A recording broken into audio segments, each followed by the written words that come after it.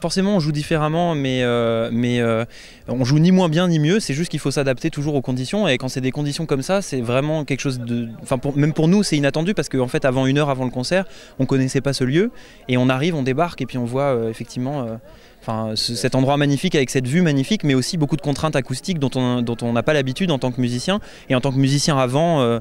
peut-être encore moins parce que voilà, on n'est pas amené tellement à jouer en extérieur, on en joue dans des grandes salles, dans des orchestres, etc. Mais pas vraiment dans des lieux comme ça. Et en même temps, c'est une initiative géniale juste de faire venir la musique dans un endroit comme ça.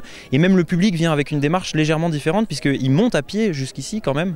Voilà, donc il y a des personnes âgées mais aussi des familles avec des très jeunes enfants qui montent, qui viennent profiter de la vue et qui viennent ensuite profiter du concert. Donc pour moi, on s'inscrit dans une espèce d'expérience totale quand on fait des concerts comme ça.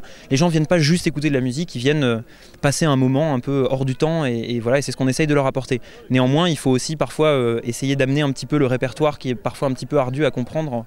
Enfin à comprendre, c'est peut-être pas le mot, mais afin de ressentir au mieux les choses, parfois une petite explication s'impose, explication qu'on donne avec plaisir parce que ça fait partie de notre métier tout simplement aujourd'hui. Et beaucoup de références au film pour expliquer votre démarche et pour expliquer votre musique.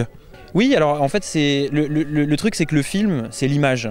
Et l'image, nous on essaye d'apporter des images aux gens pour justement peut-être orienter un peu leur ressenti de la musique qu'on va jouer.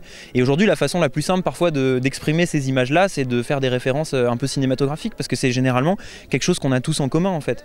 Donc c'est vraiment, voilà, c'est aussi une façon de se rapprocher du public et de passer par un biais autre que juste la culture musicologique à proprement parler, pour aborder des pièces peut-être ardues comme par exemple le Giorgi Ligeti, les Bagatelles de Ligeti qu'on a joué aujourd'hui. C'est une pièce qui est quand même pas si facile d'accès, avec beaucoup de choses dissonantes, c'est pas de la musique facile, mais voilà, le fait de rappeler que quelqu'un comme Stanley Kubrick l'a utilisé dans ses films pour créer certaines ambiances, tout de suite les gens qui connaissent, ça va leur rappeler des choses très précises. D'ailleurs il y a eu un A dans l'auditoire à ce moment là, parce que ça parle aux gens, et c'est vraiment cet intérêt là qu'a peut-être la culture cinématographique, voilà, de liant finalement entre la musique qu'on va jouer et puis les gens qui ne la connaissent pas encore.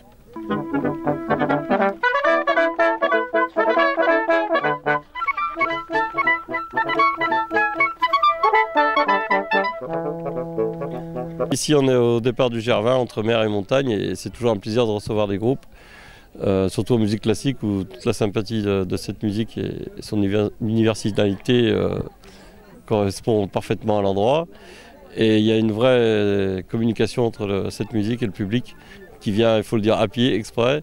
Et c'est quand même un effort payant pour tout le monde, et on est tous ravis de pouvoir refaire ça chaque année. Ouais.